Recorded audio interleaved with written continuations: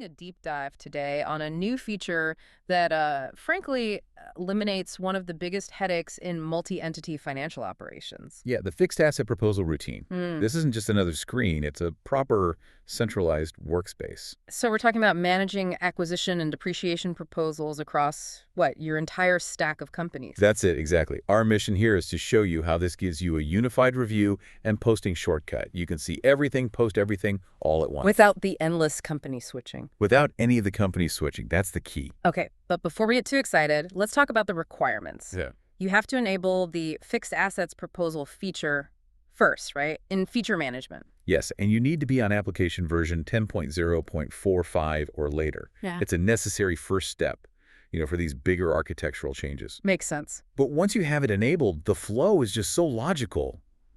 The designers really nailed this. They take you on this perfect auditable journey. It's summary, then details, then the financial impact.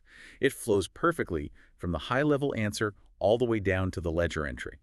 I like that structure. It builds confidence. So let's break it down. That first level, the asset summary per company, that's like the CFO's dashboard, isn't it? It's the executive snapshot. Yeah. It gives you that consolidated top-level view of what's happening and the financial effects for each company in the run. So that's the what. Exactly. And then you have the asset details section, and that's the how. This is where you get granular. Down to the individual asset. Down to the individual asset, Yeah. group by asset groups or books. It's the bridge, really, connecting the operational data to the financial overview. And the end of that road is the journal section. Right. Those are the actual accounting entries ready to post. It completes the whole cycle, from calculation to recorded impact. And crucially, this supports proposals for both acquisition and depreciation. And with multi-company selection from the very beginning, it's all there. Okay, this brings up a big question for me. How do you actually build confidence in numbers that are being run across, I don't know, dozens of entities at once? A very fair question. Yeah. The system has some really powerful analysis tools baked right in. It lets you compare the current proposal side by side with up to 3 previous proposals. To spot any weird irregularities before posting? Immediately. That comparison tool sounds like a killer feature, but it also sounds like it creates a new bit of admin work we have to talk about. Yeah. If you don't give each proposal a clear name, that whole comparison feature is useless, right? It just becomes noise. Oh, 100%.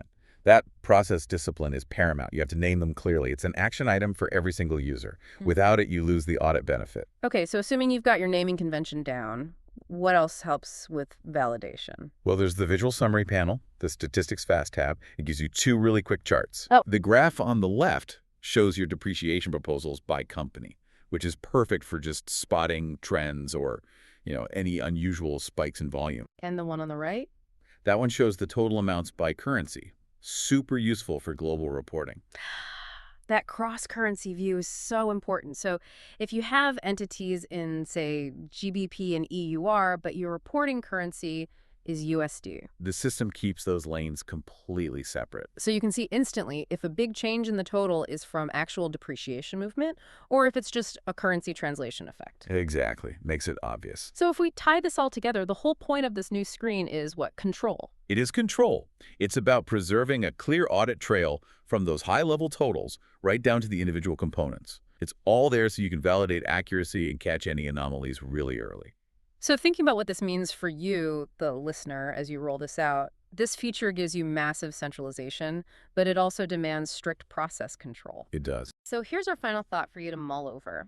In a high-volume environment where you're using batch jobs to post, where should your focus be? Is it on the automated process, like tracking the posting date and time, or is it on the human element, really enforcing those clear proposal names for future comparison and control? Something to think about.